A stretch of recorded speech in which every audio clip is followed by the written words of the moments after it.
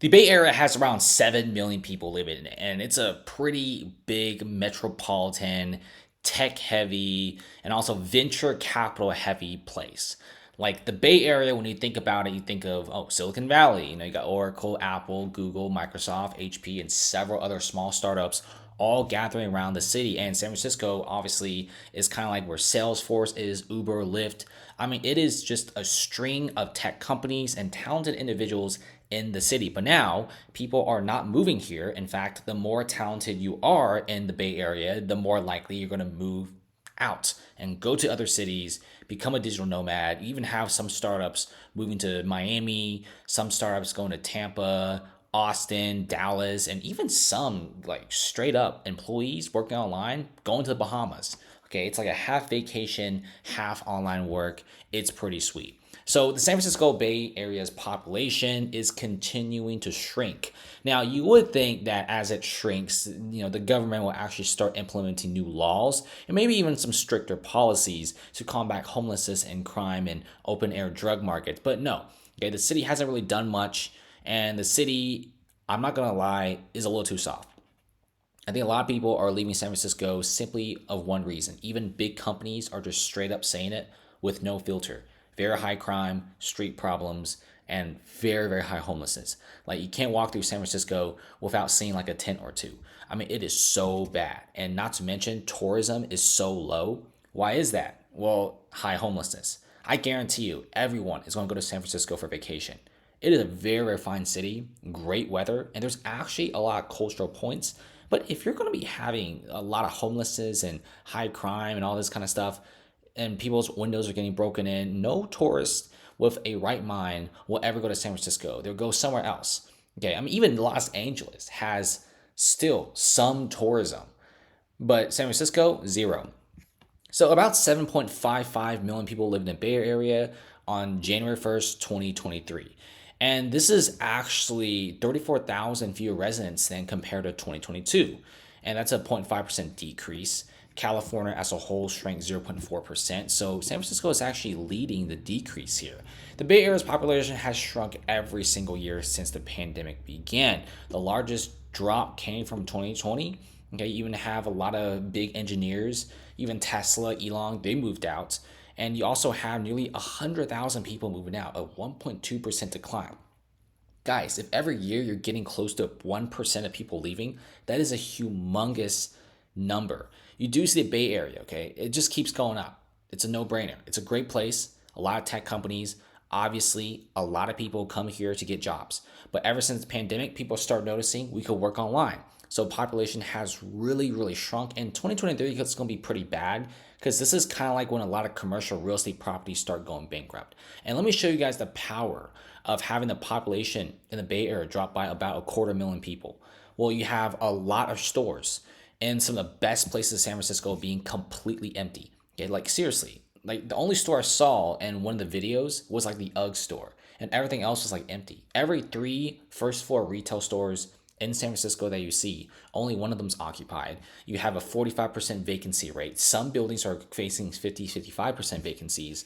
And Oakland is very, very bad as well. You're seeing commercial properties in Oakland dropping really, really quickly.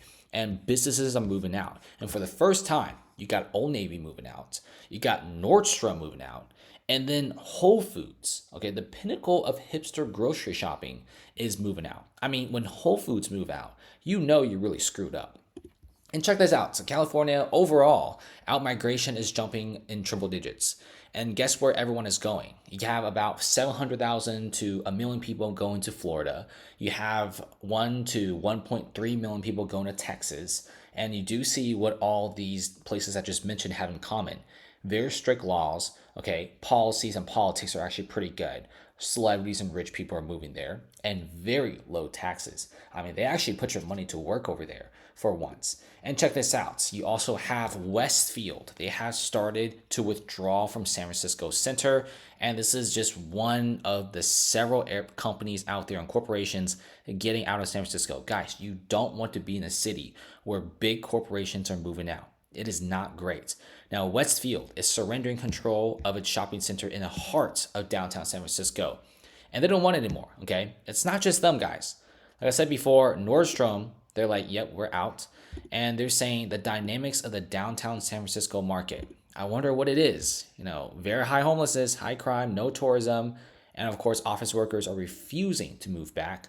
And some office workers are even accepting like 5% lower wages just to work online. Like they don't want to be in this place at all. And I see why. I mean, this is like a really, really high crime ridden city. And what's even worse is the city doesn't even care. And if you look at this, Westview has been in San Francisco for more than 20 years, operating the San Francisco Center. Now they're done. Okay. And it's pretty simple. If you're going to be operating this massive location here, it's going to be because you don't have any tenants.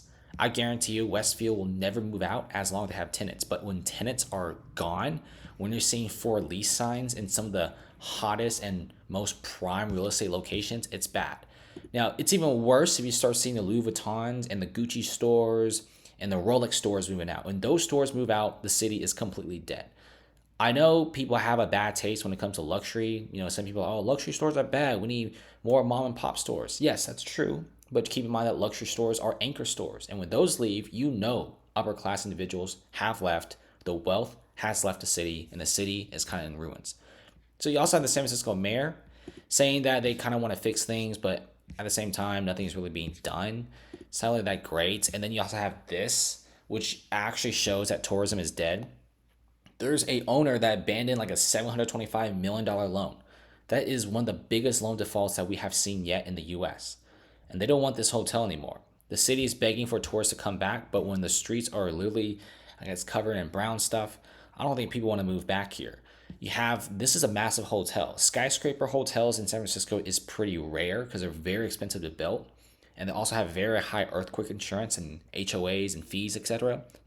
So when you have a guy abandoning a massive 3,000 story hotel skyscraper in San Francisco in the best location, something is up. Now, New York City and Manhattan, it has its troubles. Commercial real estate is pretty bad. You're also seeing a slight outflow of people in New York City. But in New York City, you don't actually see hotels of this caliber closing. Okay. In fact, New York City actually has a very vibrant tourism industry. And even now, San Francisco, not so much. If you look at, for example, Miami, the hotel industry there is booming. You don't see hotels going out of business in other major cities. I mean, even LA, okay, as bad as it is, their tourism industry is still decent. San Francisco, it's like zero tourism. I mean, tourism apparently is so bad and so low to the point you have restaurants opening in Fisherman Wharf, like the tourism area, they're closing down. Okay, office workers aren't coming back, and a lot of stores are empty. Like, this is kind of a dead city at this point. And let me tell you guys, when these big stores, like what I just said, Whole Foods, Nordstrom, when these peeps go out, they're never coming back. Like, they're not going to come back again. I mean, the city has to be so bad and unrecoverable for these anchor stores to leave. And that's exactly what's happening. And it's very, very scary. It's a shame because San Francisco and the Bay Area, it's a fantastic place. Okay, you got big hills, skyscrapers, and every single one of those little neighborhoods have their own little vibe. And not to mention the tech companies. Now, this was actually one of my first picks where I want to move for a job. But now, not anymore. This is not a good place to chill out. And with a high homelessness, high crime, it is also leading to a rise of digital nomads and people just going to Florida at this point. So thanks for watching, guys. Comment below, where do you guys think San Francisco and the rest of the California region is going towards? Because right now, the amount of people leaving is crazy.